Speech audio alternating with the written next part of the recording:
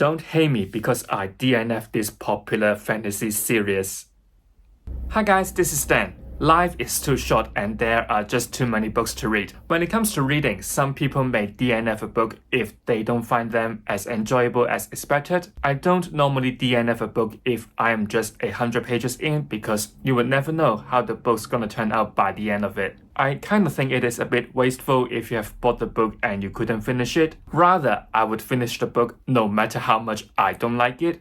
I mean, I can talk about it here if I don't like it that much. Or even if I don't enjoy the writing style that much, maybe I will not pick up any work by that author in a foreseeable future. Since I've been reading fantasy, which is not long ago, I would count myself lucky because all the books that I have read so far in my life are quite enjoyable. I follow these big channel recommendations like 10 fantasy series you should read in your life, beginner guide for fantasy series, blah blah blah, when I was a headless chicken. So it couldn't go wrong when I started it. Unfortunately, there are still some books that I don't quite get along with, and I have decided that even though in the future they may release a sequel, quite likely I won't pick them up anytime soon. These choices here may be series that you have enjoyed, and everybody can have their opinions towards books. So don't hate me if I mention your favorites. The first series that I am brave enough to say no to is quite a surprise because it is The Gentleman Bastard by Scott Lynch. It is quite a surprise to me because a couple of years ago this series was really popular. On any fantasy series recommendations video, you would definitely see this one. I may have forgotten some of the details because it has been 4 years since I made this decision. In this book, we follow, of course, the main character, Locke Namora, who is a thief. He led the Gentleman Bastards, who are skilled thieves, and deceive the rich in a city called Kamor. They operate under the rule of Kappa Serafi, but secretly swindle nobles for their own gains. When a mysterious criminal called the Grey King threatens their operation, Locke has to impersonate him and negotiate with Basafi. However, the plans go awry, leading to betrayal and revenge, and a battle for controlling the criminal underground. The main reason I DNF this series is because of the writing style. This book reminds me so much of classical fantasy when it comes to landscape. When we visit a new place, we will get a really detailed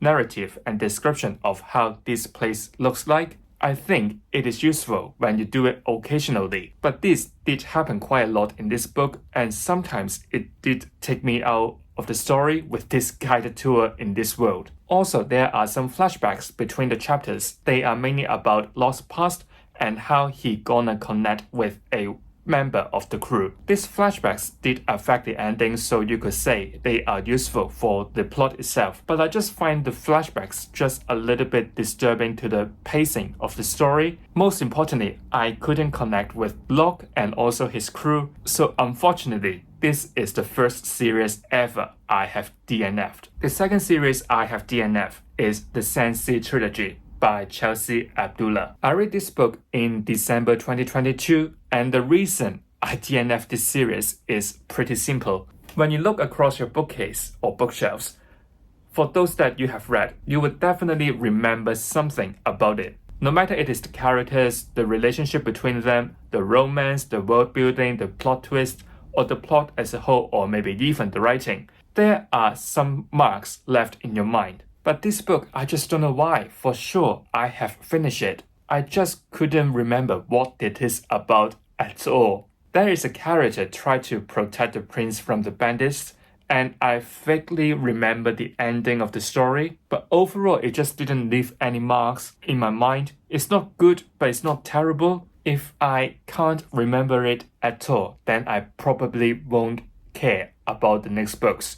So, sorry, I have to DNF you. Coming to the next couple of books, they are my recent reads. I don't think I've talked about this book before, and it is Against All Gods by Miles Cameron. It is the first book of the Bronze Age trilogy. Like the title of this book, it is about a group of mortals versus a group of gods. Enku Anu is the leader of the new gods who overthrew the old gods. He is a very suspicious person, so he ruled by Iron Fist, no matter to the gods or to the mortals. This kind of ruling, of course, is not for everyone. We got a huge cast of characters who hate gods because of what they have done to them before, so they decided to unite this force and overthrow the new gods. I found this book is very mature in terms of the writing style. It is quite dry and it is like someone who are senior to you write this story. The biggest problem for me is the huge cast of characters. In the first half of the book, we will meet these characters one by one. Throughout a series of events trigger a chain effect across the world, but each time we will only meet one protagonist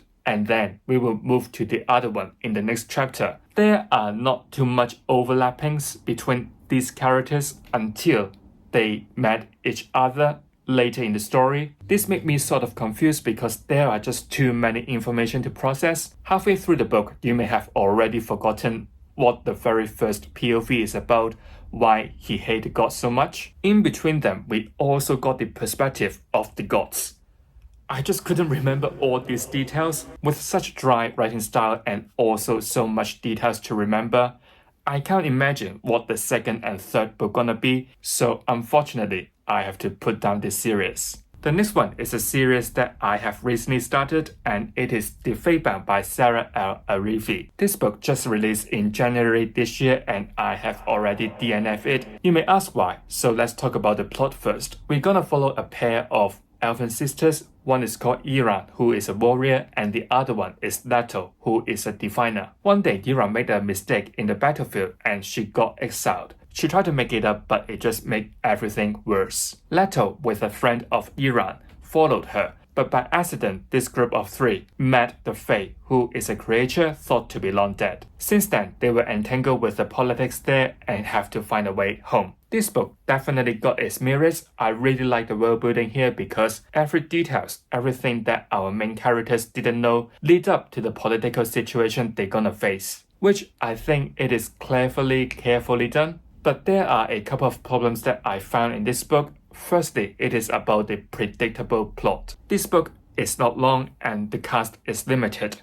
So when it comes to the plot twist, you won't be surprised about it because you may have already guessed it. With the writing, there are just quite a lot of one-line dialogues between the characters. I hope that there perhaps could be a little bit more emotions, more banters, so the conversation or the scene could be a little bit more lively. Most importantly, the characters here are adults, but sometimes their choice of actions are just like teenagers and it didn't make sense. They don't care about the consequences, they just do whatever they want, which make it difficult for me to root for any of the characters. If I don't care about the characters, if the plot is not exciting enough, I guess it is the time to DNF it. Coming to the last series, if you have been following me long enough, you would definitely have guessed the answer.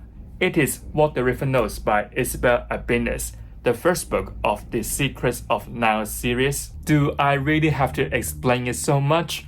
It is a YA historical romantasy that is set in the 19th century, featuring a girl from Argentina called Ines, who tried to investigate the mysterious death of her parents over in Egypt. She met Wheat, who was a bodyguard hired by her uncle. The whole crew would try to find out where the hidden treasure was, but Ines just wanted to know who was the murderer. The things I don't get along with is the mismatch with the historical setting. I'm just not sure in the 19th century, would a girl travel on her own over to another continent? Would people pay her no mind doing whatever she wants and tolerate the chaos she created along the journey? Some weird decisions made by her I just don't understand. Also, I got a problem with the pacing here. When we first traveled to Cairo, the pacing was actually quite slow.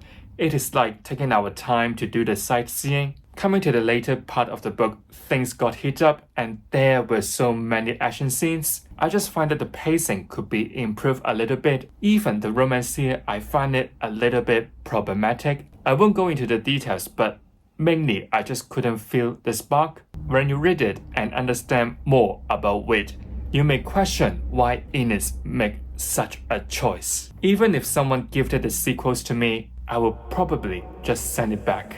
Okay, here are all the fantasy series that I have ever DNF in my reading life. there is not too much which I feel a little bit lucky, and also there are some reasons behind everyone why I don't want to continue them in the future.